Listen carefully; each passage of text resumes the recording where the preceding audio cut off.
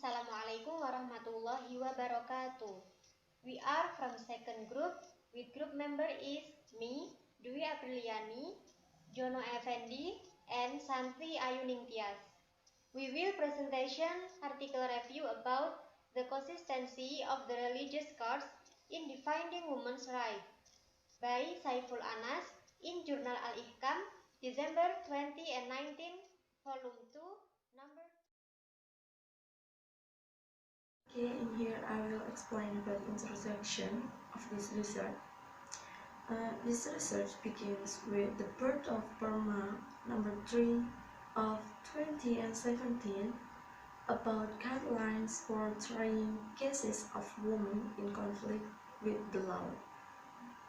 Of course, these regulations are not just rule read only, but requires a quick, deep response. Judicial institutions are implemented through the birth of court decisions, which is more oriented to the defense and protection of women's rights as an effort to reform the law in order to provide justice, court timely and legal benefits.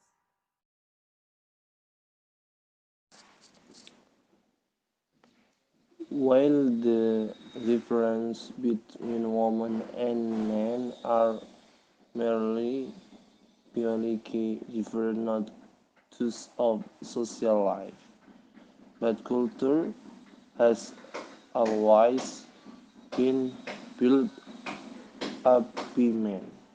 Norms and rules are vision of mal-interest. The effort is a fight significant legal development, and above all, this for equal justice between the male and the female.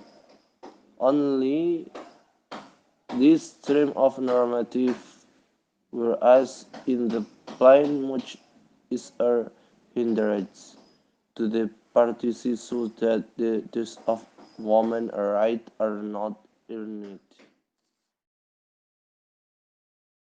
And then I will presentation about responsive effort of religious courts.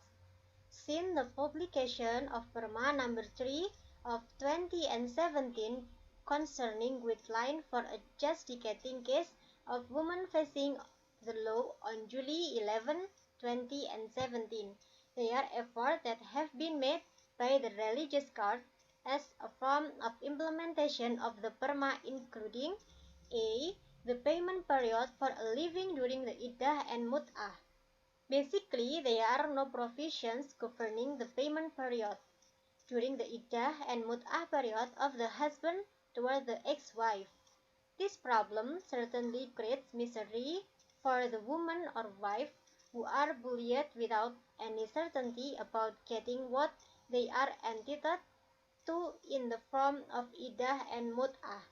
Therefore, the religious courts have formulated SEMA number 1 of 2017 concerning the enforcement of the formulation of the plenary meeting result of the Supreme Court's Chamber of 2017 as a guideline for the implementation of duties for the courts. In the formulation of point 1, which states, in the framework of implementing regulation number 3 of 2017 concerning guideline for adjudicating case of women against the law to provide legal protection for women's rights after divorce, the payment of obligation due to divorce, especially iddah, mut'ah, and madiyah, can be included in the verdict with the sentence paid before pronouncement plate of divorce.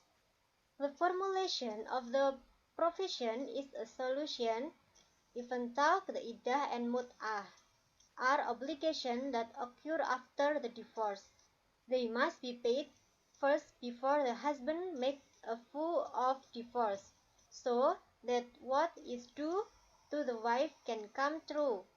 In addition, these provisions are also in line with the principle of simple, fast, and low cost especially to avoid misery for women who are bullied by their husband.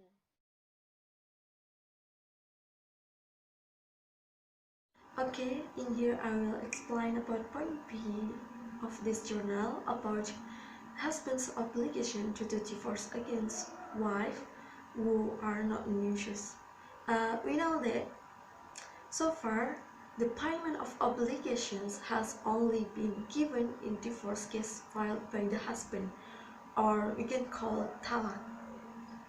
This can be seen in the provisions of Article 149, letters A and B in KHI, which state when divorced because talak, so the ex-husband is obligated to provide proper mut'ah-worthy livelihood during the iddah period. Therefore, if the divorce initiative comes from woman, then there is no mut'ah for him. And then, in this case, the religious court has provided a new breakthrough, namely through the plenary meeting of the religious chamber in SEMA number 3 of 2018, which states to accommodate Perma number 3 of 2017 about guidelines for adjudicating women's cases against the law. The wife in a divorce case can be given mut'ah and iddah as long as it is not proven nuisance. So, with the plenary meeting, a woman is expected to get the justice she divorced. Last conclusion of this research or this journal, with the Perma number 3 of 2017 and the efforts made by the religious court provides women's right in divorce case is one form of gender responsiveness in the field of family law.